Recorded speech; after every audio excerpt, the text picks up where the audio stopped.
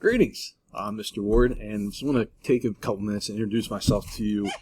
I will be your child's writing workshop teacher this year. Some of my classes I'll have either Mr. Kelsch or Mr. Evanson with me as well. So, welcome to the most unprecedented and weird school year ever, except maybe last year. And that's kind of what I want to start with. Just let you know, the end of last year, we're asked in the Language Arts Department to make up a wish list. Now, I knew we weren't getting anything this year because we're going to have to pay for a bunch of other stuff. I generally don't put much on anyway. But with that said, I put one thing on my list. Students in my classroom in September. And sadly, we're not going to have that. Hopefully October. Please. It's, I used to work in public relations and journalism. More public relations. I kind of feel like I stuck at a cubicle at a desk all day. It's not like last spring sitting at my desk, and I just want to be interacting with your kids. With all that said, we're going to make this the best, the best we can with the cards we're dealt. As cliched as that may be. I have two step-kids at home.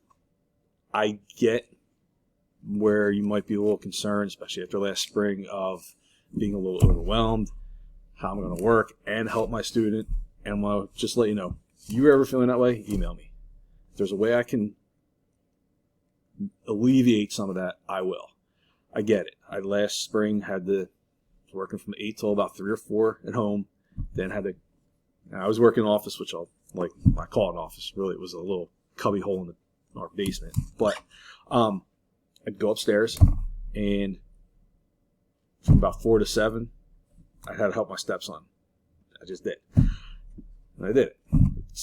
But it wore on me. So I understand 100% if you're feeling a little uneasy about this. We will work together to get through this. And the only thing I'll tell you is this. I'm going to focus on necessary skills. Generally in my class anyway, I don't assign quote-unquote homework. It's you didn't finish something in class, you'll take it. You kind of need to finish it at home. And even with that, sometimes it's, hey, we worked on this 2 days, you're still not done, you need to finish this now. So I don't generally assign anything that's not necessary to getting kids and students to achieve the best they can and reach the skills that they have to reach. So we'll definitely focus on that this year, and we'll take it little by little. I generally don't say, hey, write this whole essay today, unless it's after the end of a unit. We're doing it almost as like a test, so to speak, and even then you get a couple days. Generally go step by step. I give organizers. I provide templates for them to use, sample sentence starters to use. So model paragraphs. Hey, here's what yours should look like. And we talk about those things. So we kind of break everything down step by step. I'm going to continue to do that. Remote, in class, doesn't matter. Hybrid, whatever we end up with, that's what's going to happen. So, with all that said, there's a couple things you can do at home to kind of help spur this along a little bit. One is making sure kids get a good night's sleep, so establishing a good bedtime. 2, eating breakfast. And the third thing would be, and this is the important part, the first 2 are important, this is important too, because this worked for me last spring. I'm one that if I just leave my computer out in the open up in the living room, I'm going to be thinking about work all the time. And you can't be work, work, work. And it also helps to have this. So what I'm saying is this. Have an established space, whether it's the kitchen table, whether it's the desk in their bedroom, wherever it is, that's where, all right, this is school. When you're sitting here, this is school. At the end of the school day, you can take the Chromebook and put it in the desk drawer.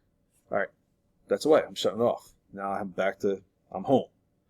But I think having that and establishing those norms definitely will help. I can speak from experience too. My stepson last spring, we tried it with him, taking all his stuff down the basement and kind of where he played his video games and having his schoolwork spread out, and he just got overwhelmed because his school did it a lot different. They just sent home a bunch of packets as opposed to at least what I did last spring of a video every day, 8 minutes, and then a little tiny assignment to go with it. And then I'd assess it, give feedback, and we'd move on from there. He wasn't getting that. long story short, he had no real established routine. So once after the first couple of weeks, realized, all right, this is not working. Set up kitchen table. These 3 hours were working, or 4 hours, whatever it had to be. And it really helped, because then he was able to not be stressed about the schoolwork when he was in his areas of, hey, I'm home, I should be having fun. So the two didn't mix. And it might seem a little weird, but I really think that's very, very important. Have an area when I'm here in school, when I'm not, I'm home. So those are the 3 things I would definitely say. And one other thing, I'll put this in the email that I attached this video to. Google Classroom. So I know the school's sending out, you may have already sent out a link to a spreadsheet with all Google Classroom codes.